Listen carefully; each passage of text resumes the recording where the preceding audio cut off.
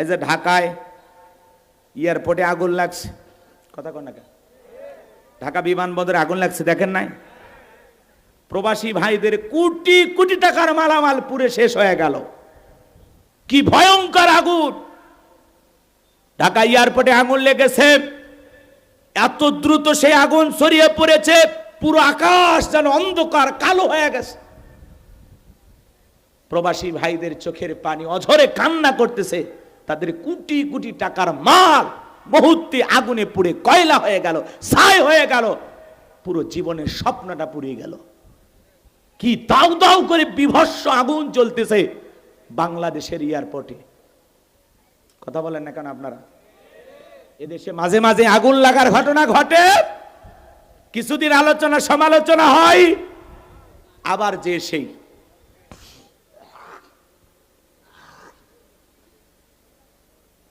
আমাদের এগুলো নিয়ে একটু চিন্তা ভাবনা করার দরকার আছে না নাই? কিভাবে আগুনগুলো নিয়ন্ত্রণ করা যায়, কিভাবে বড় বড় দুর্ঘটনার হাত থেকে এদেশের সম্পদকে রক্ষা করা যায়।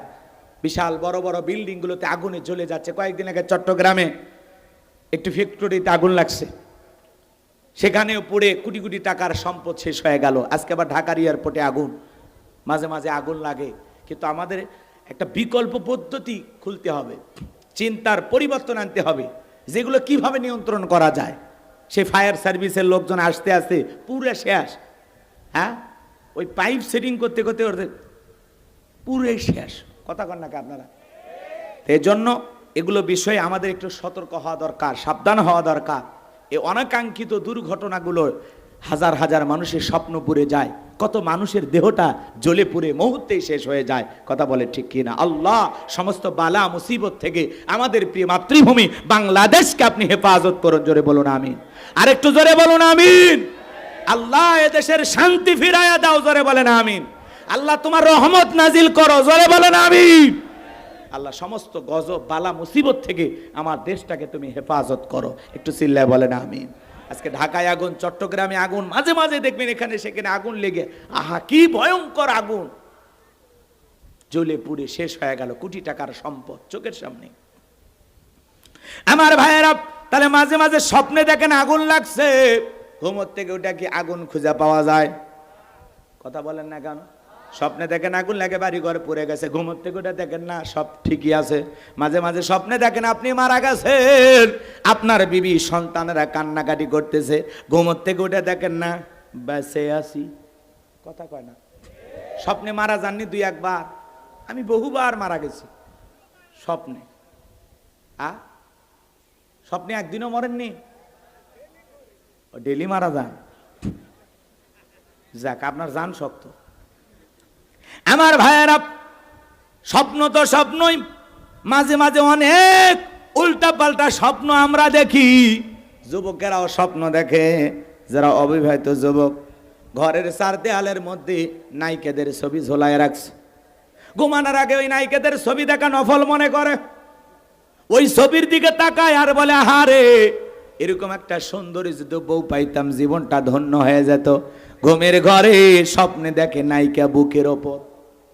কথা বলেন না কেন? এই যুবকদেরকে কি মনে করতেছেন? ওরা সহজ সরল, কিছুই বোঝে না। ওদেরকে এত সহজ সরল মনে করবেন না। ওরা এখন মোবাইলে ভিআইপি পাসওয়ার্ড ব্যবহার করে, কোন প্রেমিকার নাম্বার, কোন প্রেমিকার কোন ছবি কোন জায়গায় কিভাবে রাখছে, ওদের বুদ্ধিতে মনে করেন নাসা বিজ্ঞানীও ফেল মারে। কথা কন নাকি আপনারা? এখনকার তরুণ যুবকেরা সবচাইতে বড় ধ্বংস করে ফেলে দিল আমাদের সমাজের তরুণ তরুণী ছোট ছোট বাচ্চাদেরকে ধ্বংস করার একমাত্র মূল ষড়যন্ত্র হলো এই মোবাইল। এই মোবাইল আমাদের যুব সমাজকে ধ্বংস করে দিয়েছে। কথা বলেন, কথা বলেন। পুরো দেশটাকে ধ্বংস করে দিতেছে এই মোবাইল। মোবাইলের ওজন কম, কিন্তু মোবাইলের মাধ্যমে পাপের ওজনটা অনেক বেশি। এই মোবাইলের মাধ্যমে প্রেম প্রীতি কইরা এই দেশের পোলাপান ভাইসে যাচ্ছে বরিশাল, বরিশালের লোকজন নওগাঁয় চলে আসতেছে। বলেন এরকম ঘটনা ঘটতেছে কিনা? ও দেশে মোবাইল আইছে, চিঠি বন্ধ হইয়াছে, দিওয়ানা বানাইছে, পোলা মাইয়ার মনের কথা ভাসে বাতাসে। ও দেখো পোলা পানের মন বাদা ফেসবুকে এখন, মোবাইলে চ্যাটিং কইরা কাটায় সারাক্ষণ।